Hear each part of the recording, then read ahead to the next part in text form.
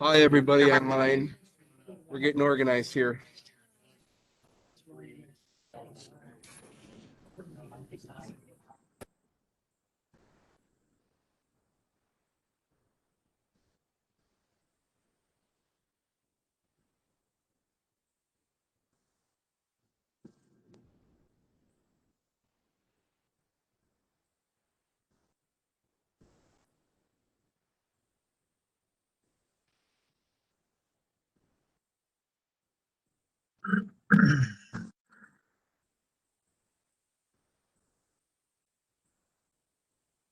Hi, Nanette. Hello. Hey, how come my story about my favorite sports thing didn't get in the message last week? I must have missed it. I'm sorry. It's okay. I was like, hey, I had a good story. You're forgetting. Thank you.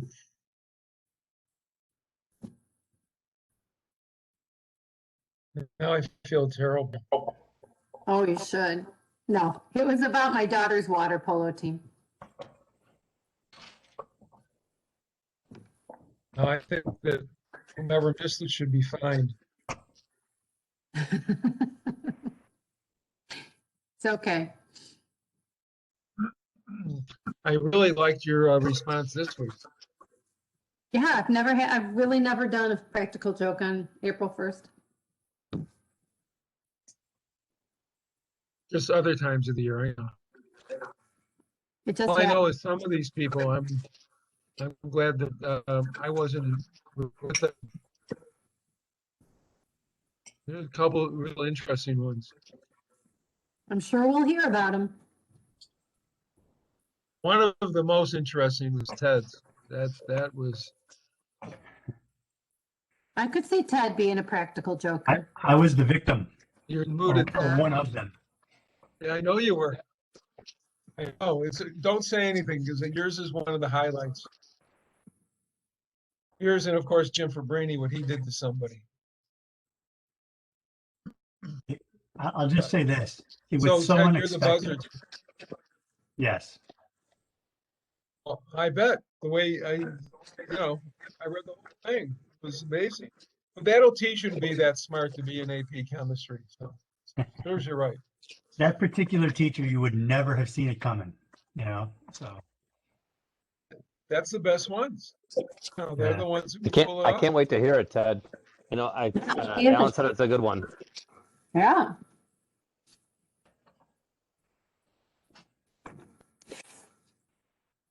It's funny now, but that day it wasn't.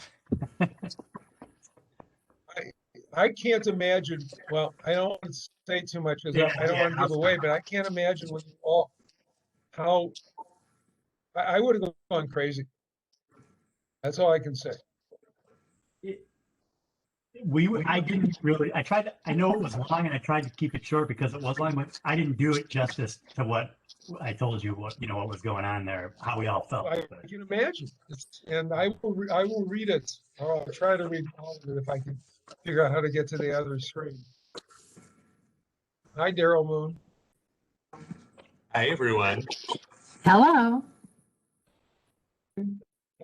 Daryl, I didn't get a April Fool's prank from you. What was it on?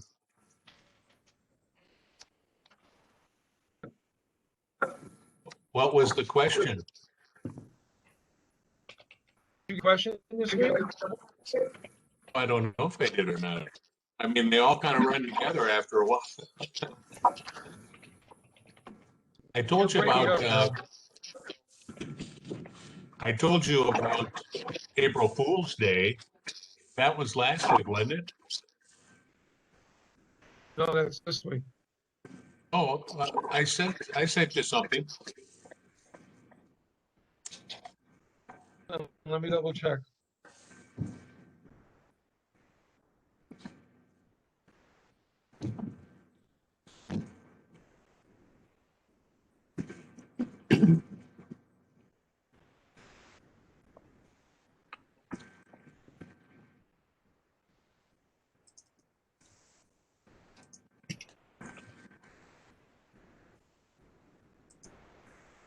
Yeah, your response was nothing ever happened to you.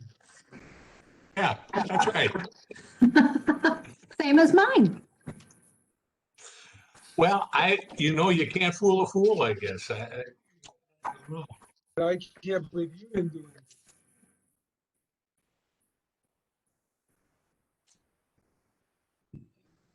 Gary, did you send something? I didn't see anything.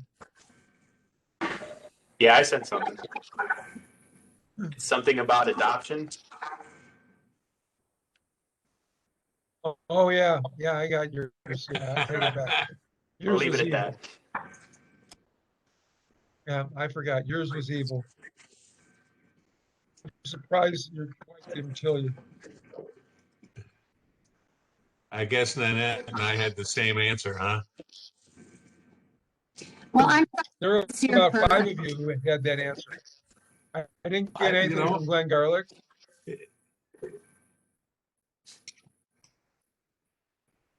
I I didn't get anything from Christy Ritchie.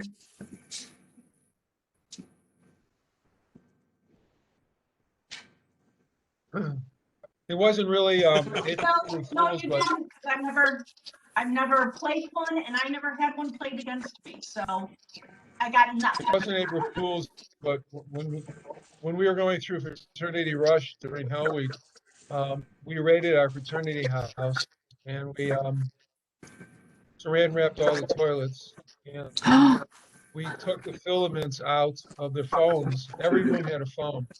We took the filaments out of the phone, which meant that if you called them, it would keep on ringing and you couldn't stop it from ringing. And then one of my fraternity brothers got a dozen chickens and let them loose in the house. Yeah. Wow. The thing was, if we got away for 24 hours, they couldn't do anything. And we got away. So, yeah. lucky. Hello, online friends. Hello. Hello, Hi, Mr. Gary. President. Hey, Nanette. Nice to see you guys. Your Highness. Hey, I'm Gabe. Great looking hoodie you got there, Alan. Thank you. Hey, Tosin, you're Daryl on Moon. mute. Nice You're to on see mute. you, bud. Alan, I'm How talking about to colleagues. I'm not talking to you yet. Okay. I love your response, Tosin, by the way. Oh, it was epic, Alan.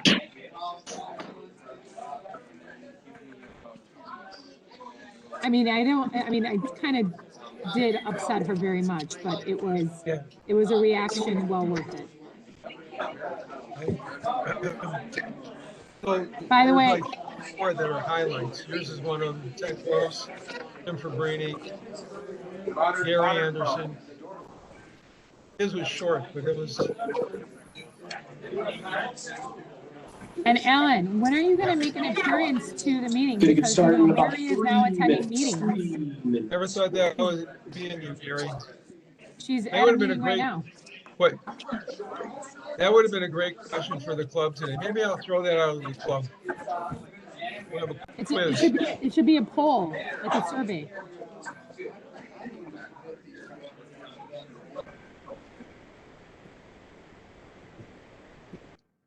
I see Most of Mary, you she's online over can't there. answer this because you'll probably figure out who I'm talking about.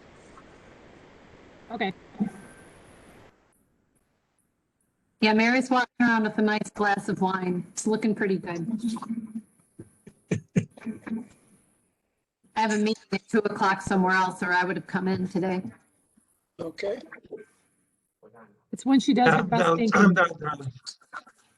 Yeah, I'm downtown today, so I would have had to drive out to Charlotte just for the meeting and come back downtown. You're I saying love your you guys, but Rotary- a 2.5-hour Alan? drive is not worth it. Alan, are you saying your fellow Rotarians aren't worth the drive? Not 2.5 hours. Okay. Yeah. Okay. Now we know where we stand with you. Hey, Jack.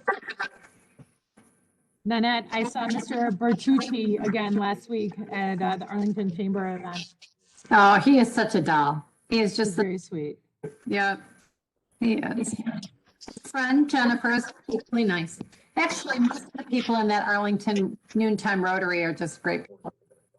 She is very nice, but very firm when you like, if you smile at Mr. Bertucci a little too much, she's like, Oh, yeah, that is true.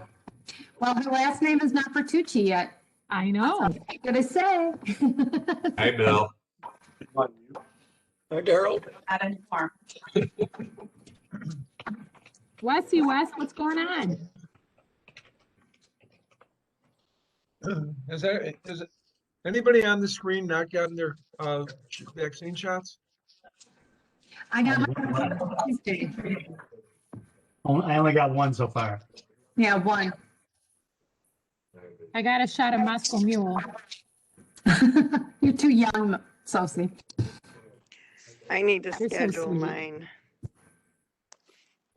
Yeah, I had to go all the way to First Park, but then I get to get my second one at Arlington Heights, so that was a score. 5 minutes from. Very cool. Oh, yeah, better than Terry Park who drove 5 hours for his. No. It took me an hour to get to Hey, Forest Jane, Lawn, not what 1 hour. instrument did you play in the band? I played the trumpet. Ah, And then in pep band, I played the tuba, which was very fun. You're not the typical tuba player. No, Not. I played, but switching between the two is not easy.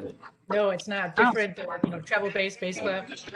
I can ask everyone to please take their Wrong. seats. And the director said, just play on the beat. I'm like, okay. I see that the time is now 12:15. I'm going to go ahead and call this meeting to order. Good afternoon, everyone. My name is Wesley Crockett. I am the president of the Rotary Club of Chandler Hoffman Estates. Today is Friday, April 2nd, 2021, the 37th meeting of our Rotary year this year. I think we have a very fun meeting today. We have Ms. Carol Johnson here to talk to us about the Monarch Butterfly Initiative, and you all might see some monarch butterflies on your table and some information that she's left for you. We're going to start this meeting, though, like we always do with the Pledge of Allegiance, and if I could ask everyone to please rise. And it is wonderful to see Michael Olak here today. Nice to see you, bud. Any chance you wouldn't mind leading us in the Pledge of Allegiance? To the flag of the United States of America, to the republic for which it stands, one nation, indivisible, with liberty and justice for all. And Mr. Jim McCullough, would you please lead us in the four-way path and the way I interact with others? Four-way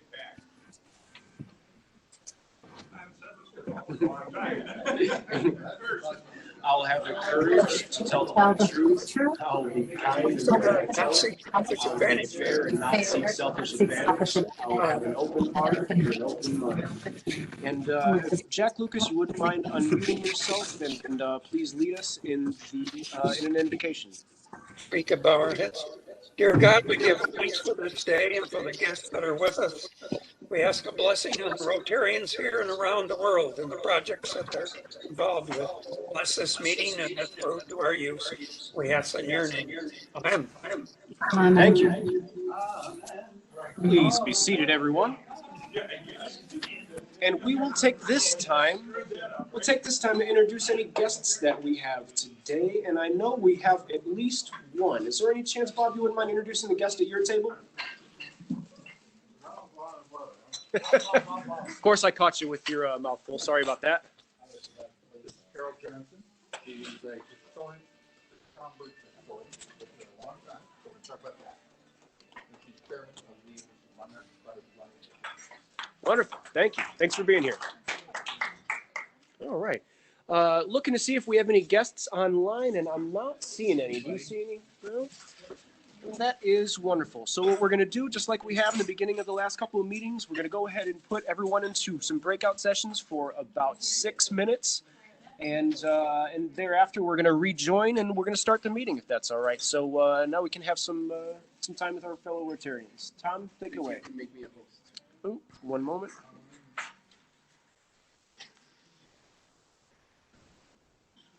Done.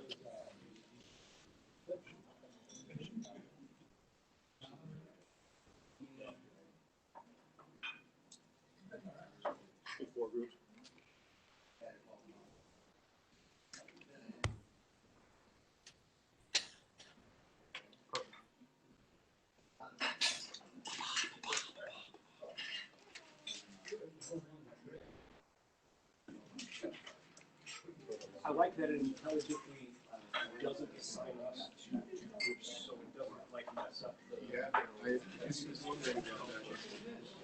Very cool. All right, how long? Set a timer for 6 minutes. You better.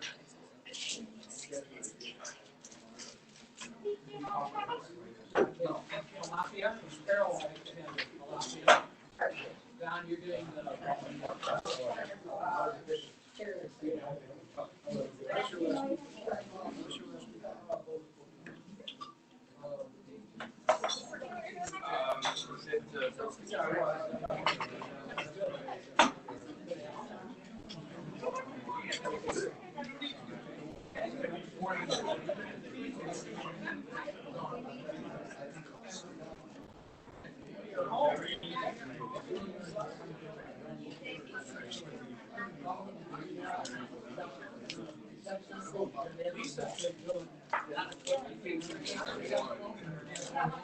Oh, you know what? Right.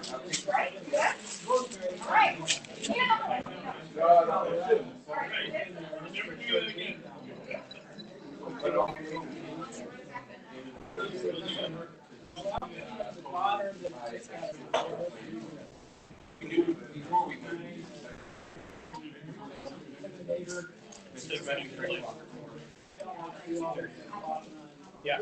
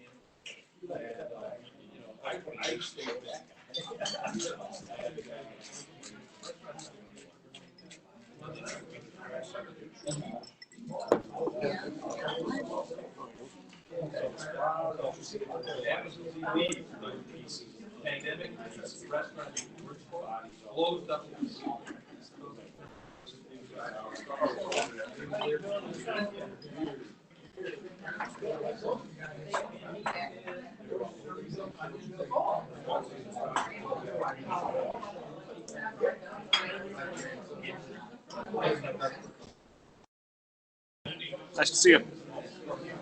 I had everyone in breakout sessions right now, so everyone could talk like they were at a table with one another, and it should be ending in about 20 seconds from right now, and everyone is just going to drop back in our room, and we'll get everything started. Cool?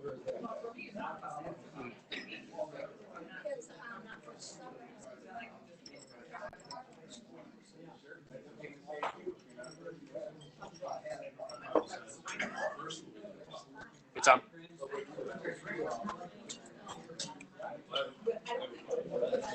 It's on. We're ready to go, bud. Hello, everybody. Nice to see everyone's back. Hope you had a good time with your fellow Rotarians there. Looks like Alan did. That's great. He gave me the pageant wave. All right. Tom Ghosh is just warming up, and we're going to get to the good news stories of the week. And I ask you all to forgive me for my level of energy today being a bit low. I got the vaccine yesterday, got a terrible night's sleep, and it's just one of those things. So my apologies for just kind of being a little bit out there today.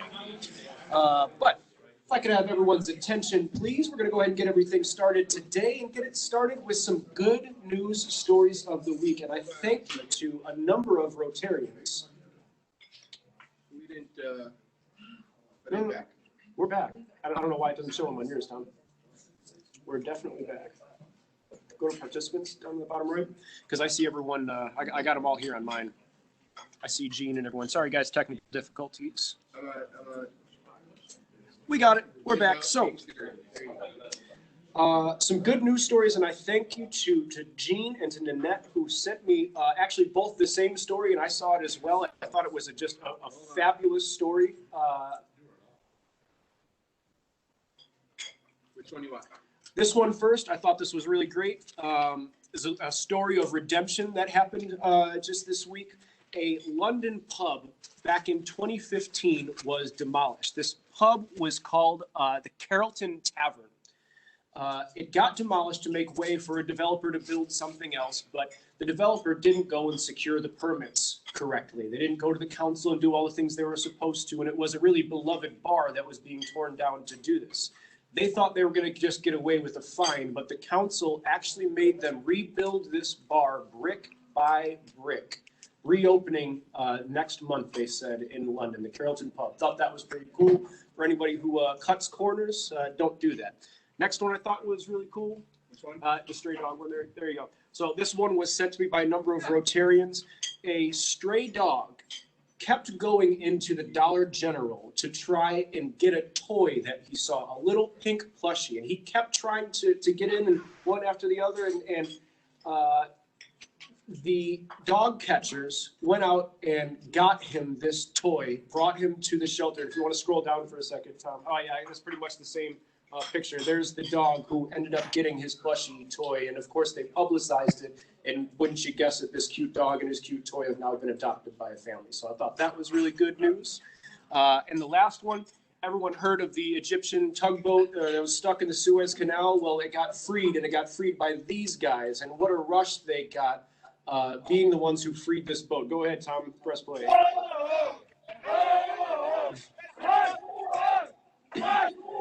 They're saying we're number one, as they were the tugboats that actually freed the Suez Canal. You can go ahead and kill it, Tom. So thank you guys for enjoying that with me. I thought that was some good news to share with you this week, and we'll go into happy dollars. So look around. Is there anybody here in person who has some happy dollars they want to share this week? All right, let's go to Brian Berg. I saw you first. So I have 10 happy dollars. When I was in Florida, I got an email that said, because I'm a state of Illinois employee, I'm eligible to get vaccinated. It gave me a special link. I'm like, I'm a special guy. And I clicked on the link, it took me to Walgreens. So I fished for a week. I fished Walgreens. I'm like, well, maybe Osco. I'll fish Osco. And then finally, a week ago Thursday, I'm like, well, I'll put myself in the list. Go to vaccine.cookcountyil.org. I put myself on the list thinking, yeah, at least I'm on the list. When they get to me, I can get vaccinated. Lo and behold, late Saturday, almost 4 o'clock, I happened to be on the phone, and when I hung up, I looked, and I had an email from Cook County saying there are appointments available. So I click on the link. It takes me back to that website, and I click on the link again and read it. It takes me back to the... Finally, I read the directions again. There's a phone number. So I called a phone number. In the 5 minutes it took me futzing with the email, they had already given appointments away on Sunday, and they were up to 2:30 on Monday. So 2:30 on Monday, I got my first dose of vaccine. All right. So what I want to tell you all is vaccine.cookcountyil.org. If you haven't been vaccinated and you haven't been able to get vaccinated, go there, register. They will give you like a 16-digit code. It's letters and numbers. And you put in your email and your cell phone number. You can do everything through text. So if you're tech challenged and you're not on your email all the time, you'll get a text and then read the directions and call. Use the phone. Don't use the internet. Call on the phone. And then I don't know who our fine master is today. You're probably gonna get fined, by the way, because that is a very long announcement. Yeah. Whoever the fine master is, don't listen to this. If you're 50 and above, not quite 65, lie, register, and try to get yourself in 1C, 1B, whatever, because in 2 weeks, it's going to be totally impossible because the young kids who are not technically challenged will get in ahead of you and get vaccinated. Call the Excellent. Thank you, Brian. I see you, Jack Lucas. Give me just 1 second. We'll do the people in person first, then we'll go right to Jack. Go ahead, Mary. So I don't have that much information to share, but I'm just happy to be here in person. The sun is shining, and we're going to hear about one of my favorite subjects, butterflies. So Nice, nice. Drove by Topgolf today, saw a full parking lot there. That was nice to see. Terry, go ahead. Yes, I am thrilled that Jim and Bonnie McCullough are with us today, and Bonnie looks fantastic. Yes, she does. Jim looks okay. Brian Berg, Gary Anderson says that was a great program. See you next week. Bonnie, go ahead. I have more happy dollars. The last time we were here, I had happy dollars and failed to remember one thing. And that was that I am so happy and so pleased that the new technology is out and that my doctors were able to create, they actually created it themselves and implanted 4 discs down the lower back and then put 2 rods in to steady everything in there. And, you know, I've been all my life, almost all my life, 5'1"3/4. You probably have all heard that old song, 5'2", eyes. Well, I'm now finally 5'2". Oh my but my eyes are still green. Yes. Congratulations, Bonnie. Thank you so much. All right. Seeing no more in person, I'm going to put myself on mute. Go ahead, Mr. Jack. Unmute.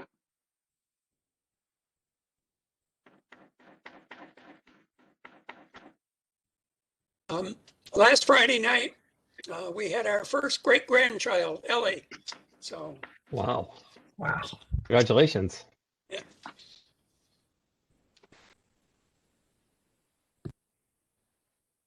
Go to Net and Jim. I have $20. 5 is because we just returned from a wonderful trip to Arizona. We were there for about 2.5 weeks. It was very relaxing. 5, to say thank you to all the people who stepped up and finished up the silent auction and how successful that was. 3, because my husband, as you may have seen in the background, made me lunch while I was on my meeting. And 4, because it was just fabulous to see Bonnie. Very good. And Jim Fabrini, I think I saw you next. Yeah, so I'm everyone can hear me, right? Yes. Okay. Yep.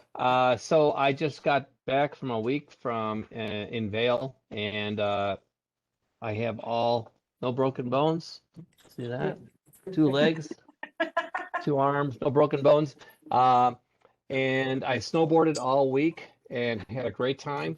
I actually, on the last day, I put skis on, and I haven't done that in probably 25, 30 years. So I just Ed is applauding you. I just want to tell Ed Haig, listen, anytime you want to get out to Vail and race down the mountain, I'm ready for you, buddy.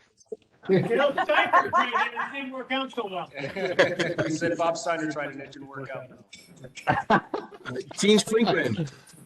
Hey, Jim, I bet you got to include Jeff Miller on that. I'm sure here's an expert. Okay. Jeff Miller's in. He is nationally ranked, he says. Go ahead and finish out, Gene. We'll do pickleball at the bottom then too. All right, Ed? I'm very happy to, and I'm sad that I'm not at the meeting in person today because my friend Carol Johnson is there presenting. Carol, it's taken you as a presenter to get you at a Rotary meeting, but I know you'll do a great job. Looking forward to hearing about your butterflies. Thanks. Very good. Julie Clark. I'm really happy today too. So last week I spent a few days in Michigan and celebrated my granddaughter's first birthday.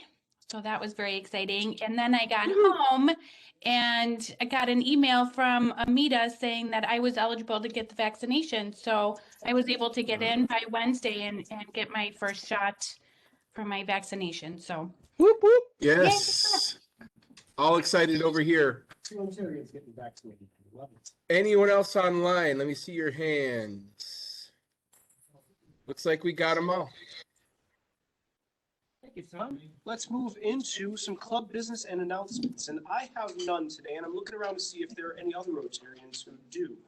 I think a few online, so go ahead. Take it away. Okay, online we've got Eileen. I think that's your hand invisibly there. Yes, it is. Thanks. Actually, this is appropriate to announce today since Carol's there. We will be in the next few weeks trying to get volunteers from the club and your friends to come to the Healing Butterfly Garden at the CAC and donate an hour or two and help us clean up the winter debris. We have a lot of dead vegetation, and it's amazing the stuff that blew into the garden this winter.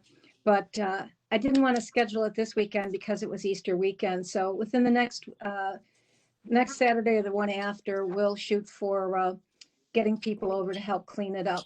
But it won't be planting, it won't be digging. So if you have back issues or something, it's just going to be getting the garbage out. So, thank you. Very good. Sosie really wanted to plant and dig, so she's sad. Jim Fabrini. Yeah, that'll happen a little later in the year, maybe in May, but this is our first swoop through. Okay, Jim Fabrini. Yeah, okay, so Tom and club, we are down to the final four in the NCAA bracket. I'm happy to announce that 4 Rotarians, well, actually 3 Rotarians and a past Rotarian are in it. If you don't know, Gary Anderson has got Gonzaga. Jeff Miller, happy to tell you that you have UCLA. Mike Scheringhausen got involved, and he's got Baylor, and then Bruce Doppke, you have Houston. Those games are on Sunday, and then the final game is on April 6th, and I guess we'll all see you at Alan Gabe's house then, right? Are there any others other than what I see in the screen? Oh no, you're not doing it right this year, Alan. It's too bad. All right. Any other announcements online? No, I have a couple here from Rotarians that sent me stuff. I will share the screen real quick and go from here. Holly was in Florida last week with 2 Rotarians. Oh man, I'm going to forget her name. Shannon O'Connor, but also Marina Mattingly from Carol Stream. And they overheard a guest ridiculing, I guess, this gentleman about his race, and decided to gather up some drinks and some treats to give to him. And what did she call it? Just trying to do good, trying to make a difference.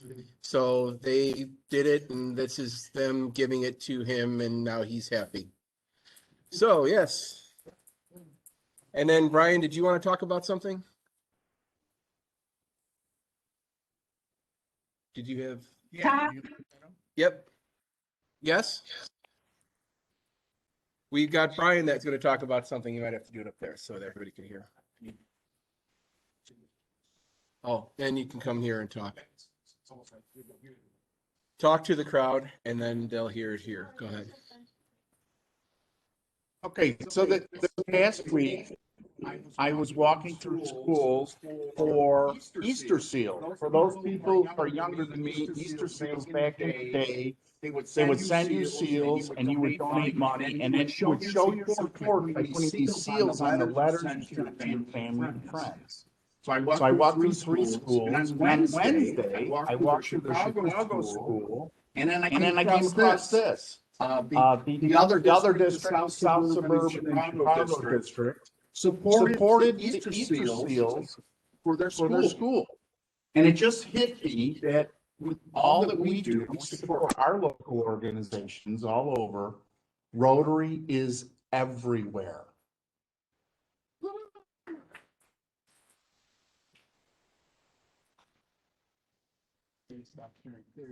Did anyone know them, the people that he was referring to, the district governor of 6450? Brian, what was the name that was on there? Yeah. Yeah, no, it's all right. Just wondering. But I found it interesting that the founder of Easter Seals was a Rotarian. Oh. Set Did you forth hear- on that did you plat. hear-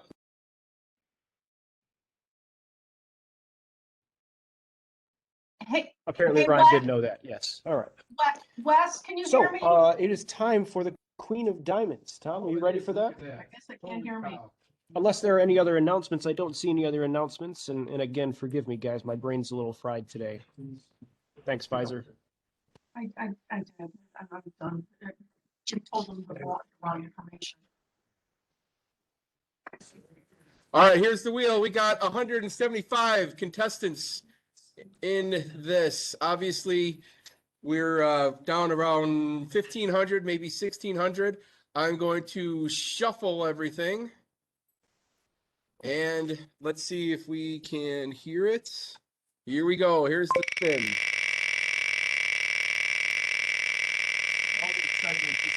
I don't know what it's like online, but it's building. And we're there. Brian Berg! Man, this is your meeting, Brian. This is all for you. Hey, Brian Berg is it's his meeting, but he didn't win. So too bad. That's what I was trying to say. Just let me finish a thought. Anyway, he's not here, but I believe that by proxy, by order of Brian Burke, Nancy gets to choose the number. And she's got lots and lots and lots and lots of choices here for the Queen of Diamonds.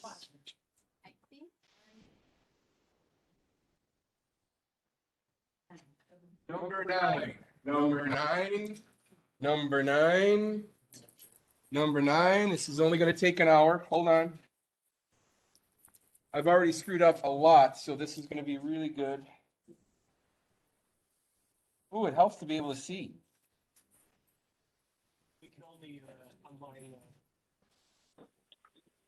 Well, hold on a second. Pardon us, people online. We're getting there.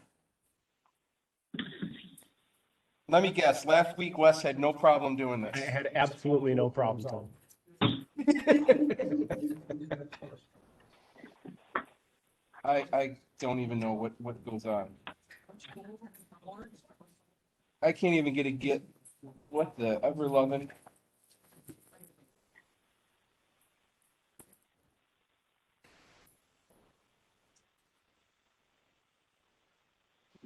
Well, it's not a queen. Freaking frickin'. I don't know. It's a 6 of something. It's a 6 of black. It is a 6 of black. Things are not going well with this thing. Sorry, guys, we're doing our best. It was a It's 6 of something. of black. I can't tell what type of club or spade. It's impossible to figure out. But it's not a winner. So here we go. Wah, wah, wah. The heck? Oh, moving into our finds for the week, which I'm sure are numerous on account of how I've been running this meeting today. Turn it over to our find master, Mr. Alan Gabe. Alan, can you hear me? Thank you, Mr.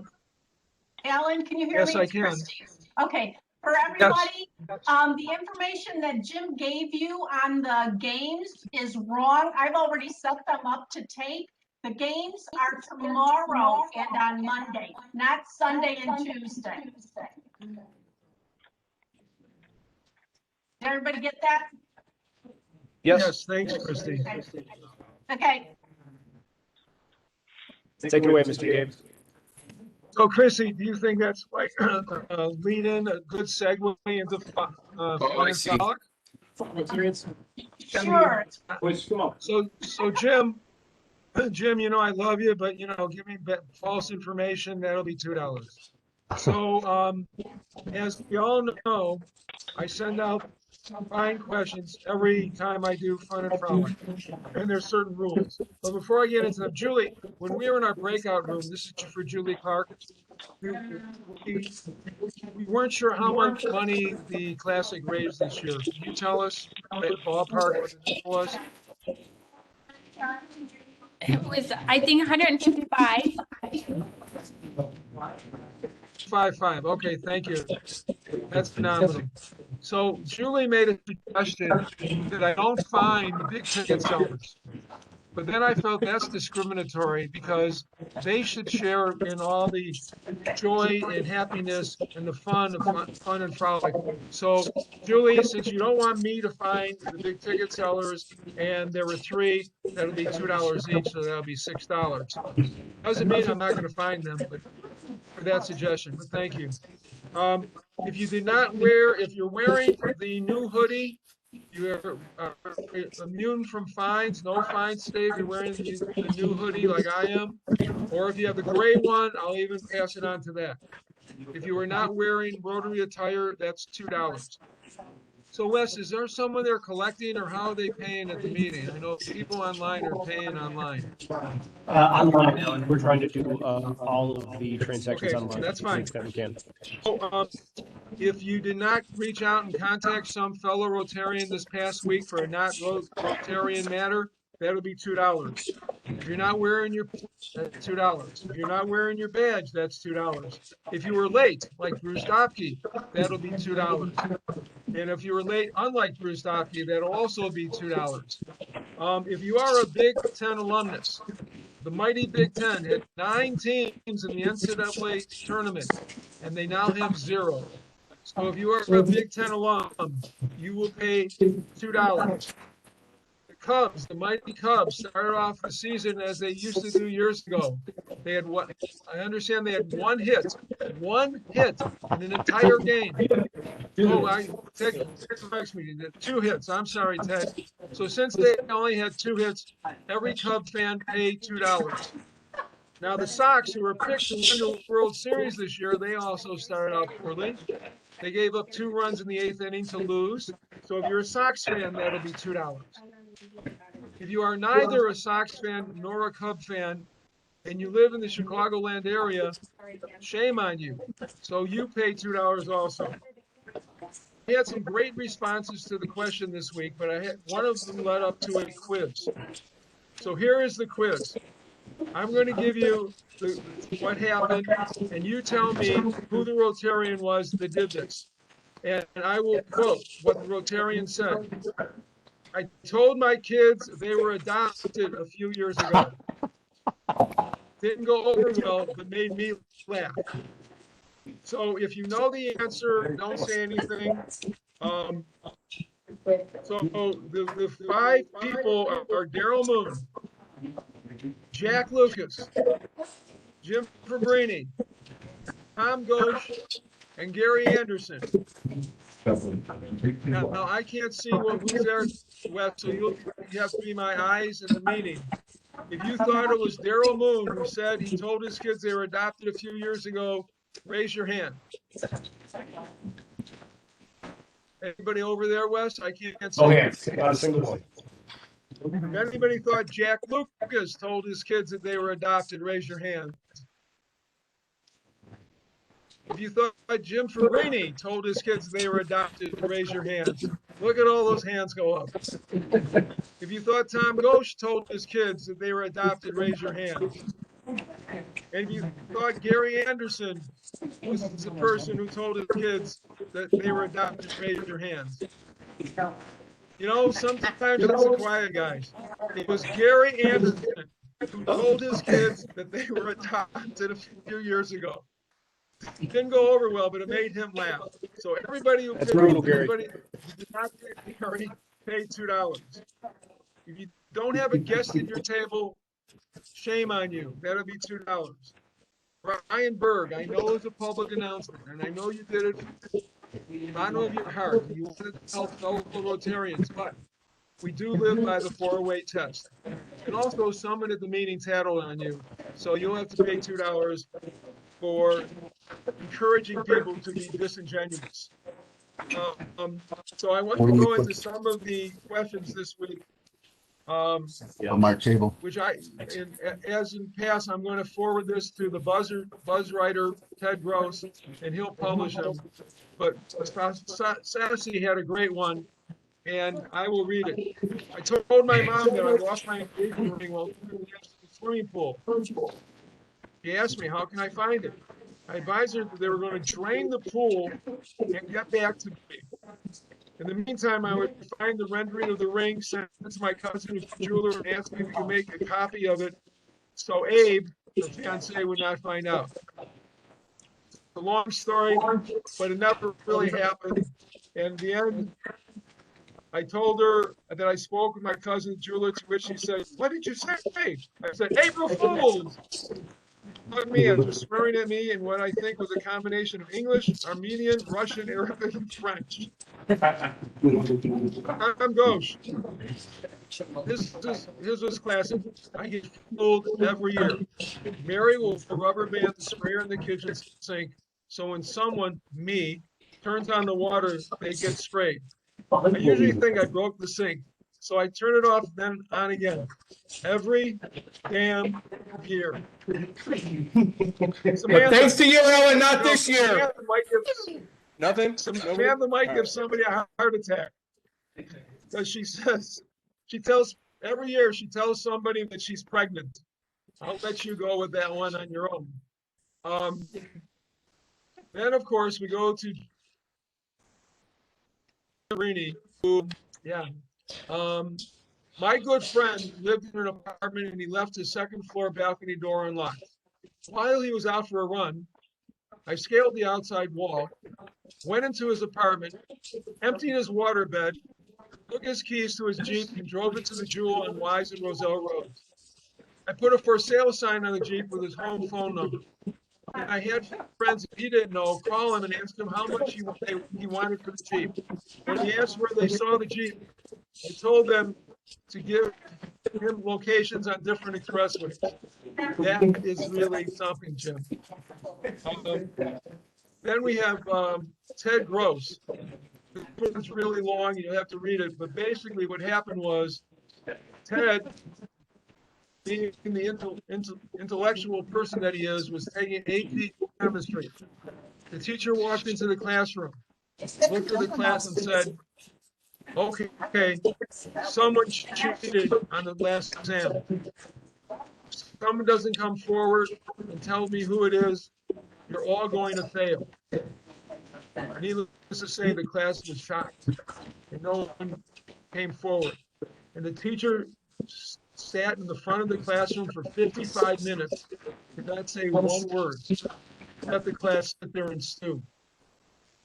Then, as they're walking out, he said, remember, you have to tell me or you're all going to fail. Keep in mind they were all seniors, and if they didn't pass the test, they were going to fail chemistry and not graduate and have to go to summer school. At the end of the 8th period, and this is at Hoffman High School, Ted got an announcement over the PA to go to the principal's office. When he got there, all of his classmates were there. And the principal was in on this, and they were told, if you don't fess up, I'm going to have to fail all of you. Well, I'm going to let you read the rest of it in the buzz. So that was something too. But what Ted told me was that it was very surprising because the teacher was such a nice guy. Mary Jo, she has this streak on her. Watch it, Sassy. She and her younger sister would change their older sister's clock ahead for hours. So her sister would get up like 8 o'clock at night, thinking at 6 o'clock in the morning, would get up and go downstairs for breakfast, and no one was there and couldn't figure out why. Jean's school band director came in picked up the baton and started directing them to play music, and none of them had any music in front of them, so they all started playing different things. Finally, he broke down and told them it was April Fool's. So the following people responded saying that, well, this is Vince.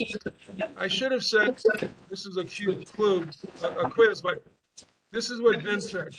I hate to be a curmudgeon, but I don't like April Fool's pranks, so I don't participate. Really, I don't like pranks in general. Pat, Bob, Holly, and Daryl also responded that they didn't do any of them. Except Pat did remember about a number of years ago, Mother Nature had an April Fool's joke. On April 2nd, there was 2 inches of snow in Chicago. And Mother Nature was chuckling at April Fools. So Vince, Pat, Bob, Holly, and Daryl, $2 for not being in the spirit of the fun. And that is all that I have for today. Oh, George Panopoulos. He called up his local congressperson one year and left a message saying that they were doing a great job. And then he said, April Fool. Everybody stay safe and healthy. Have a great week. If you did not respond like Jody Benjamin, that'll be $3 today. So everybody have a great weekend. I hope I brought a couple chuckles to you. Stay safe and healthy. Back to you, Wes. Nice job, Alan. So Terry Park, what did you say to George when he called you? I told him that I would not be my nomination. Wonderful. Thank you, Alan. We appreciate it, George. That's hilarious. It is now time for our speaker today, and as has been introduced a number of times already, but we have Ms. Carol Johnson here today, who is a Schaumburg historian and with us from the Monarch Butterfly Initiative. And we welcome her. Thank you, Carol.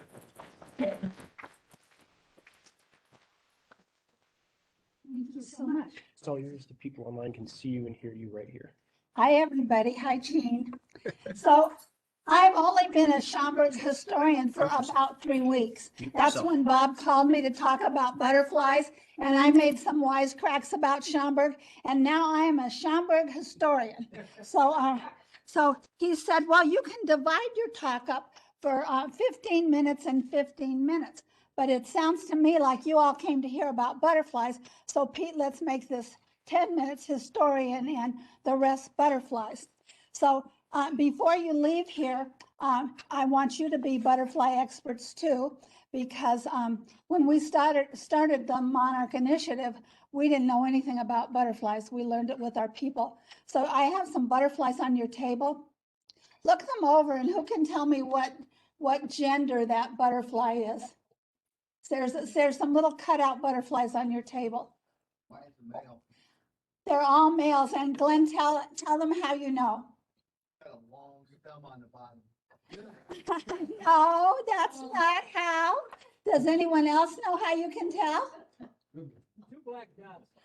Pete's the winner here. See, there's 2 little small black dots on the bottom. You would be amazed at how people think we are so smart because we know that. Now you all are butterfly experts because if you catch one and it's got little spots on the back, if they don't have those little dots at the very bottom, they usually are a little wider veining on there and they're female. So as historian, I brought you some history. I was looking to see, well, like, what can I tell them about history? They don't want my life story. So I brought you the silver anniversary edition of The Voice. How many of you remember The Voice? And it was delivered on Wednesday. I think it costs $1 a year or some affordable price. But Diane Jensen was the reporter and then an editor for The Voice. And you know, back in the old days, we knew all the reporters and all the people. They showed up at everything. Now, you know, I mean, no problem. But, you know, we don't see Eric at all our meetings. He's out and about. But one day, you know, my husband's a Schaumburg Park commissioner. He's been almost 50 years on the park board. And they were having a fundraiser at Meineke Pool when it was new. And so I had my daughter with me. She was under 2 years old, and she was the youngest one in this event to raise money for something. And so we enrolled her as the youngest, and you had to go get pledges. So I had her in a little inner tube pulling her around the pool, and photographers came. Now here I was, my hair was all hanging down in my face, you know, no glamorous bathing cap or anything. And they wanted to take pictures. And I said, if you take a picture of me for the paper, I'm gonna sue. So just joking around with the photographer. So the following Wednesday, the phone rings at 7:45 in the morning, and this voice says, call your lawyer. It wasn't a little picture on the front of the paper. It was gigantic with my hair just all down in my face. And so that was my first real experience of being a cover girl for the Voice. So going through here, I found some interesting things. First of all, I've known some of you in this room. Pete, we met right away. We both came here in 1968. Now we were only going to be here about 3 years. So we had a brand new baby, and you couldn't fly if you were 6 months pregnant. So we couldn't come ahead and house hunt. And then we had a baby, so then we had to wait until we could take the baby. There was some rule about that too. And so we arrived a little bit late for my husband's work with Montgomery Wards. Remember them? Well, we were here longer than them. But they moved us here. Our first house overlooked Mission Bay in San Diego. I looked it up. I don't want to tell you. It's worth 3 times more than the one we live in now, which is appreciated very well. We could look out our window and see Mission Bay, but they put us at a hotel in Chicago. Remember 1968? Democratic Convention. We got to see it all right in front of our hotel room. They had to lock the door so people wouldn't come in and pee in the hallways and do other dastardly things. And Abernathy parked the Freedom train, the 20 Muletown train, so we couldn't get our car out to go anyplace until the police moved that. So that was my introduction to Illinois. But then where to live? We thought we were rich. We had my 3 years of teacher's retirement. We had the down payment and the 2 years of equity in our first house. And we came to Chicago, and we kept saying, where do the poor people live? Like everything was so expensive. And they had, nothing looked the same as California. All the bushes were little and no palm trees. And so they told us to follow the train. Just follow the railroad tracks as far west as you can go, and then go north and south from there. So we went out on the Milwaukee, and we went out on Arlington Heights, whatever that one is. And we went north and south, and that's how we found Schaumburg. And we moved into Timbercrest. And we didn't realize that the social life in Schaumburg at the time depended on what cul-de-sac you lived on. And we were the only one on our street, Hazel Drive. It now runs through to Weathersfield Way for some time. So when they put my phone in, the only one I could call was my husband's boss in Chicago, his wife. I didn't have the nerve to do that. Or long distance. Remember how much long distance used to cost? So that was our introduction to Schaumburg. But we did sign up for the Voice and the Daily Herald. And here we've got Schaumburg, It Shall Be Called. They're telling about how Schaumburg got named. And then we've got movers and shakers. And one of the movers and shakers also lived in Timbercrest. That was Russ Parker. And he was the zoning board chairman. And I gave him such a bad time because as my husband was president of the Timbercrest Homeowners Association, and he assigned me to write the newsletter. And so anything zoned around there, I was over at those zoning board hearings. And if there was some rough patches in the roads or whatever, I would write it in the newspaper. And then we always sent a copy to Mayor Etcher. I got on his list very quickly for calling attention to a few things. And then I joined the women's group, the women's club, and a lot of dignitaries' wives belong to that. And so the mayor wanted to build a hospital where Friendship Village is now. And at the time, Timbercrest had a lot of flooding going on, so we weren't real interested in having them build on a floodplain across the street.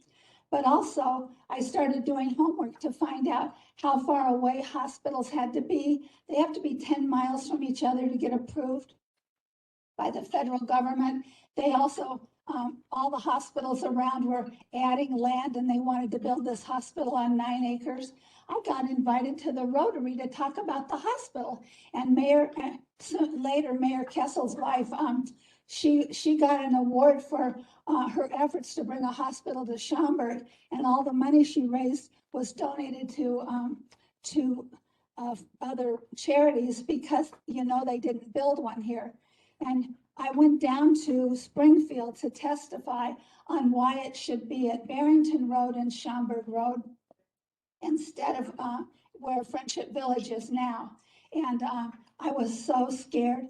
I had $70 of homeowners' money for gas and a hotel room, and they didn't have GPS then, and I was not used to riding on country roads. And so I went down there and I took a big picture of our 2 boys. They had lederhosen on with their arms around our unidentified species dog, looks sort of like a cockapoo. And so I was all prepared to testify. And when I got there, they said, "Oh, I'm sorry, you can't go in. It's not on the agenda till later." And I said, "Well, don't you operate under the Scariano Act?" And she said, the guard lady said, "I don't know." And I said, "Well, you better check. I think you're operating under Scariano, which is open meetings." And so she goes in and comes out and says, "Come right on in, Mrs. Johnson." So here's this big, long boardroom and all these people sitting around. And a reporter from the Herald was down there. And I walked in with this big portfolio with this giant picture of my kids, but they didn't see it. So they went on with the meeting, and just before noon, the door opens and here comes Mayor Atcher and the whole women's club. I mean, they just kept coming in. I don't know if they took a bus or what, but my heart stopped beating and I thought, oh my gosh. And I had written a note to them on flowery paper. I didn't own a typewriter, and in this floral stationery telling why I wanted to testify. So I got up and he called me to come and testify, and I held up a picture of the kids and the dog. And I said, I have 2 of the best reasons in the world to want the best medical care possible in Schaumburg. And I put the picture down. And later the reporter said, "I thought I was going to get sick if you were going to talk about your kids and your dog." But I went on with research. Now, you know, Google hadn't been invented yet. In fact, even, you know, our former vice president hadn't even discovered the internet. So I had to do all my research by telephone. And, you know, long distance was expensive. So I found out that I could call the governor person to person. And he never answered my call. But the minute I put the phone down, an omnibus would call and want to know what I wanted to know, talk to the governor about. So I became a hospital expert. Doctors wanted to hire me, and I told them it was too late because the hospital for Schaumburg was not going to be built, but Hoffman Estates was going to have one at Barrington and Higgins versus where I thought it should be here. And so Mayor Atcher did not get over that ever. He never forgave me. And so that was my first foray into that. But what was funny is after I gave my talk, Mayor Atcher started his talk, and he just got going. You know, that man was dynamic. And so he just got going, and all at once the chairman said, "Oh, I'm sorry, Mayor Atcher, but it's time to break for lunch." And so it was like popping his balloon. So I thought, oh, lunch, oh no, I might get lost. I saw a McDonald's, I'll just walk down there. And so a car pulls up as I'm walking to McDonald's. It's the chairman of the committee. And he said, would you like to join us for lunch, Mrs. Johnson? And so I jump in his car and we go to this fancy hotel. And oh my gosh, this looks like more than my money I've still got to pay to get home for gas. And oh, this looks expensive. So they take me in. Of course, they pre-ordered their lunch and they didn't charge me. And so the first thing they asked is, what kind of dog is that? And how old are your kids? And then they started asking me very relevant questions about hospitals and zoning and whatever. And obviously we didn't get the hospital. Now, I'm not bragging about that, but it didn't belong there. Back in those days, Schaumburg Road was 2 lanes. If you wanted to get to where Woodfield was now, you needed to pack a lunch. It took forever to get out of town. And there were just so many things going on. And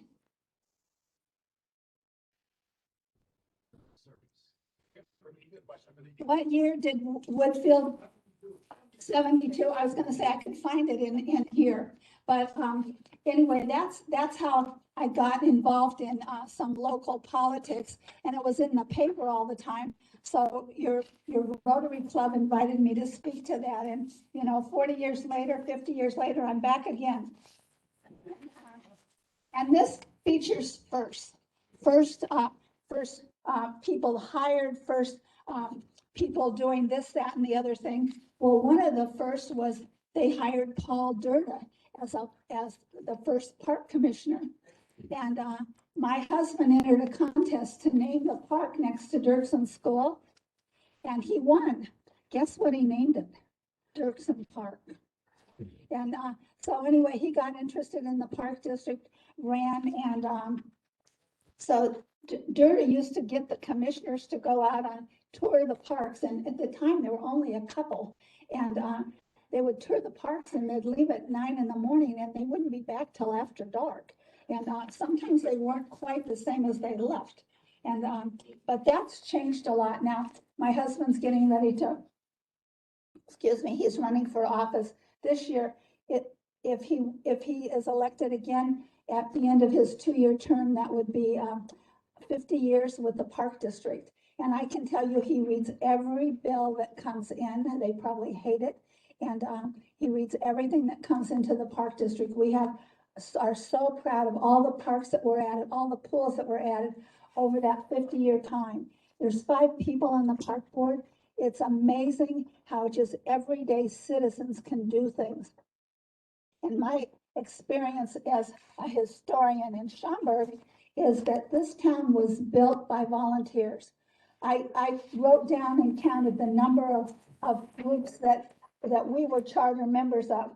We were charter members of 10 groups, including a church, the League of Women Voters, Spring Valley Nature Club. I was on the environmental committee with Pete. Atcher didn't like that one little bit. Yeah, I have your secretary. He called me up and said, "Get her off of that." I'll provide you with secretaries, because he knew that Carol was a little different. Different, yeah. Well, Pete said Atcher didn't want me on that committee because he thought I was a troublemaker and shouldn't be secretary of the environmental committee. But our daughter and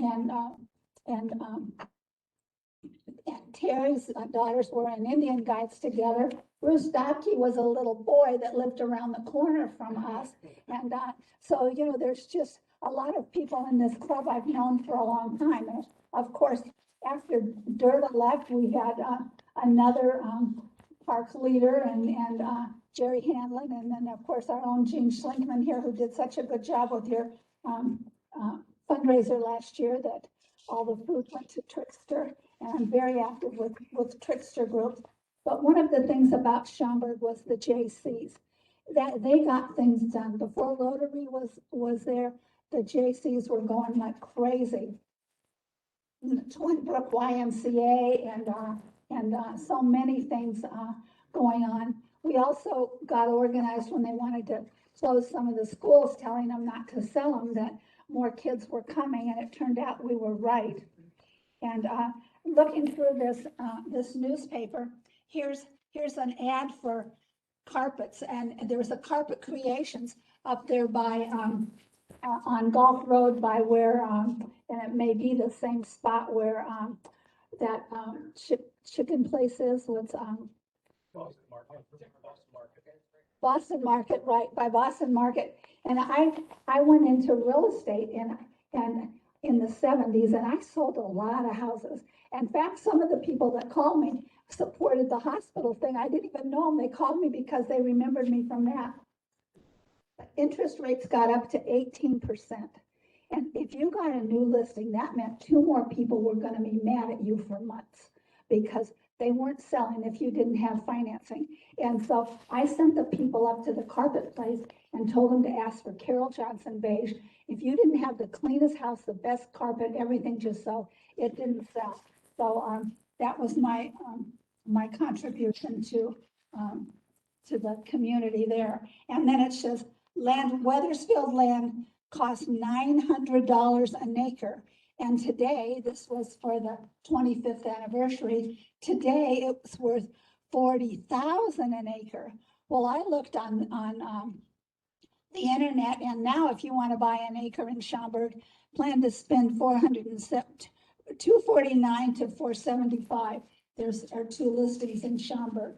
So we've come a long way with the number of people that have given their time and their energy to this community. I think that's why it's so friendly. That's why it's so successful. And so I'm really proud of it. Now I want to talk to you about butterflies. Now that's what I really like. You'll see over there, I put some pictures. We're going to be having an event. It'll be our first fundraising event in over a year because of COVID. And our little group has raised a little over $6,000 that's gone to the Schaumburg Park Foundation, which we have a member here on the Park Foundation, 3 on the foundation, 4 on the foundation. And we've donated that money because we're not a 501c3.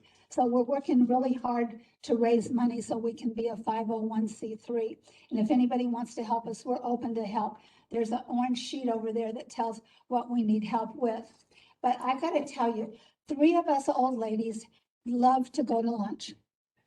And so we decided that we needed a reason to go to lunch. So one gal said, well, I've been up to the Milwaukee Zoo, and they've got a great butterfly exhibit. Let's go up there. So we made friends with the horticulturist up there.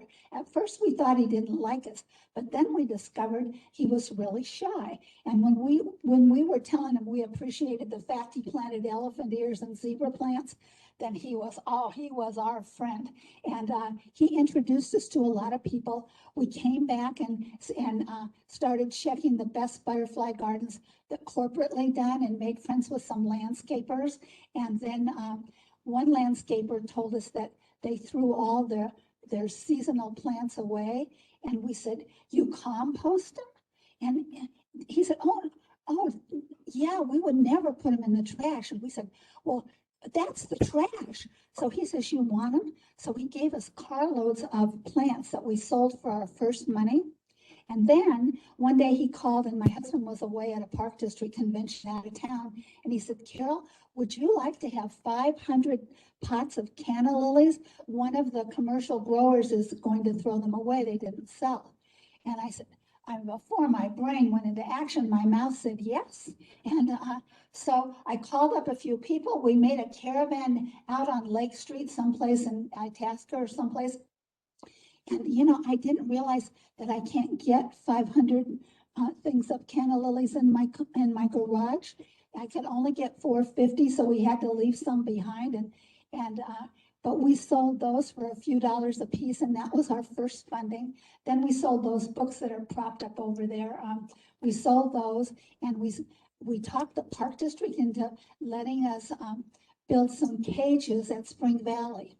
And then we set out in the cold and took names. who would like to volunteer, who would like to help raise these monarchs. We did not know that you could fall in love with caterpillars.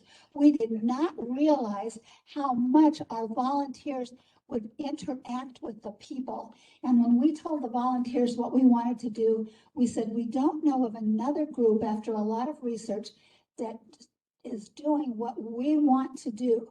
So honestly, we're going to need your help in figuring this out. One day we might tell you to go this way, one way we might tell you to go that way. But the fact is, we want to raise them from eggs and let them go and tag them and send them off to Mexico or send them off north to Canada.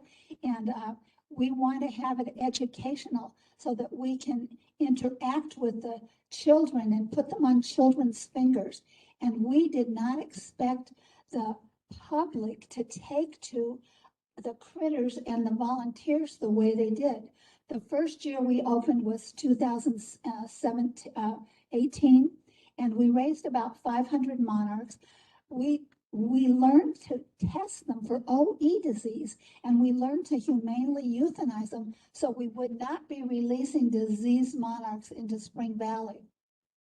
We learned all kinds of ways to check them under a microscope to record statistics. People formed committees to learn different things. People came to help us. Amazing people came to help us, like the regional director of Monarch Watch, and we've got a school teacher right over at Collins School who's an expert, and she does work with the Brookfield Zoo. Later, we were working with the University of Georgia. This year, we did research for them. They want us to come back next year. They said a pair of our volunteers were some of the best that they had worked with. We worked with the Field Museum and the Barrington Conservancy on some research. I mean, it was amazing. I mean, I'm the youngest at 79. We've got an 82-year-old and a 92-year-old that outworks us all. And the thing about our volunteers is they got so enthused and they learned so much from each other. We started having so many crowds as we were working in the big outdoor cages and we had a table outside. We had to move the operation inside to take care of the little critters because we had all these people asking us questions, wanting to see them, wanting to touch them.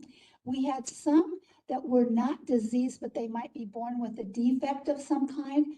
We saved those for when the special needs kids came through. We found that we could put a special needs butterfly on a special needs kid's hand, and the butterfly wouldn't fly away. If it hopped off, we could put it on another kid's hand. And every butterfly we raised got a name after it was tested to make sure it didn't have the disease. We then took them out and people just started coming. At first we'd have 25 or 30 people because nobody knew we were there. Then we went to the dollar store and got a sign saying butterfly released today.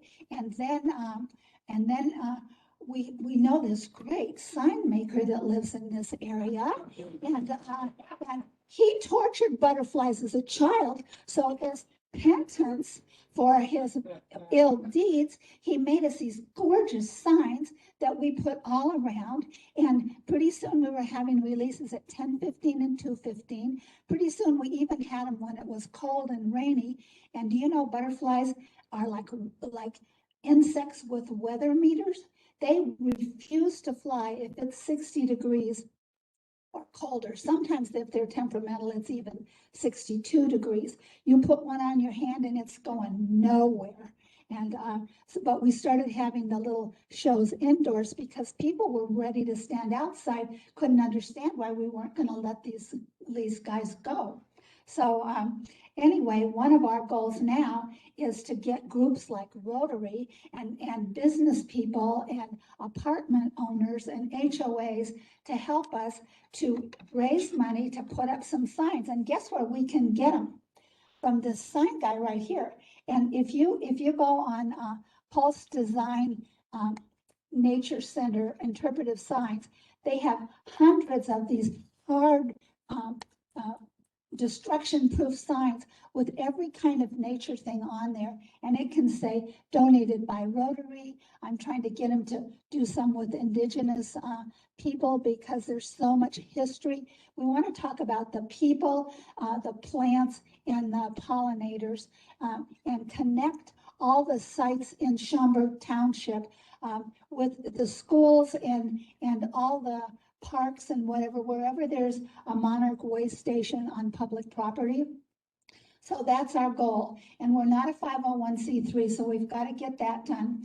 And in the last year before we had to close for COVID, we had over 6,000 people come to our Monarch releases at Spring Valley. And that's not counting the 3 days we were at Septemberfest. And we have stories to tell that people, I mean, they cry. It's so sentimental to them. And one lady was at Septemberfest and she was in a wheelchair. So I took a butterfly over to her. She couldn't get down to where the release was. And that was, of course, in September. In December, in the cold rain, they had a bazaar at Spring Valley. She walked with a walker down to the outdoor tent through the rain and the slush, looking for the butterfly people because she heard we had a booth there. I wasn't there, but the volunteer said that the lady had tears in her eyes and she said, do you know, that was one of the most memorable experiences in my life. So butterflies have personalities. People love them. It's a win-win for everyone. So I'm hoping that Rotary will help us on with our project. And thank you for inviting me back again. And I hope you enjoyed history and butterflies. And I did leave you some literature, and there's some, we're going to have that monarch art in the park on July 31st, and we're just putting a committee together. So again, thank you. And if you need any help raising butterflies, just give me a call.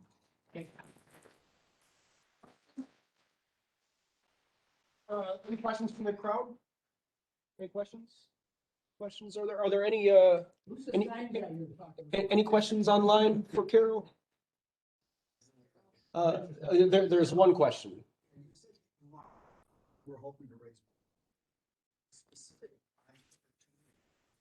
Yeah, we want to do this sign thing. And so that's our project. This is an educational tool where people can go to a specific site and you know, when the monarchs leave Mexico, it takes 5 generations to go north to Canada. But on the way back, one butterfly, one super butterfly that doesn't lay eggs, they're born, they can fly all the way from Canada, all the way south to Mexico and overwinter. So the ones going north only live 10 days to maybe 3 weeks at the most. The ones going south live 6 months or more. Wow. And there's so much education to have about the birds and the pollinators and you know, the native tribes that were here in Schaumburg. And Town Square is where Black Hawk had his meeting of the nations, and over at Spring Valley and in the Timbercrest Woods area, all indigenous habitat for our founding people. And so that's what we want to do. We want to tell the story, get people to plant milkweed. If you don't have milkweed, monarchs, there's no monarchs. That's the only place they'll lay their eggs and have their babies. So I'm part of the Illinois Monarch Project. They want to plant 1,500,000 milkweeds by year 2038. I will be 96 in 2038. So I'm trying to get them to speed it up a little. So, you know, plant lots of milkweed and then go on and post it on their sign. But milkweed's so important, and you've done so much with your garden for the children. Mm-hmm.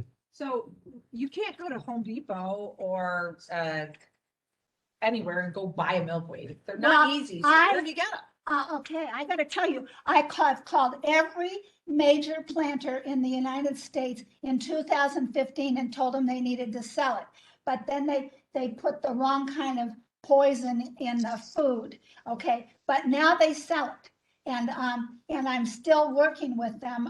When I first called, I said, they acted like I was crazy. I said, if you've got any small children in your family, ask them what they know about monarchs. The little kids, the 4 and 5-year-olds, they know more than the rest of us because they're teaching that curriculum in the schools now, from pre-K up through high school. Some of them are getting the Annenberg Journey North curriculum.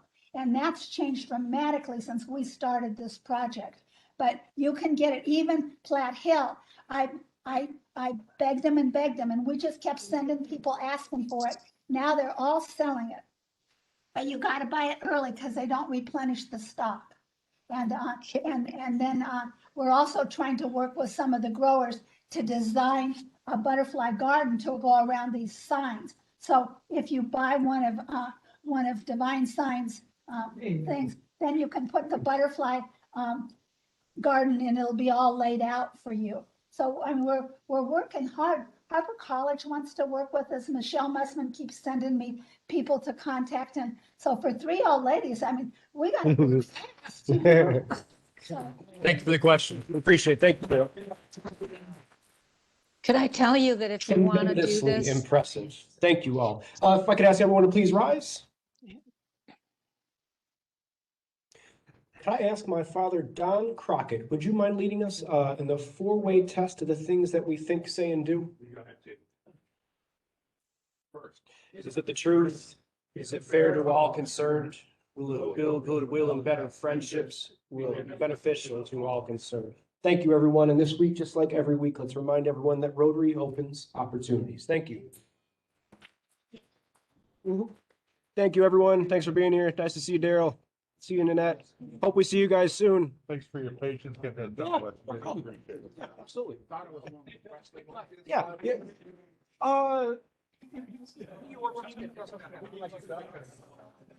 Bye, guys. I'm going to end the meeting.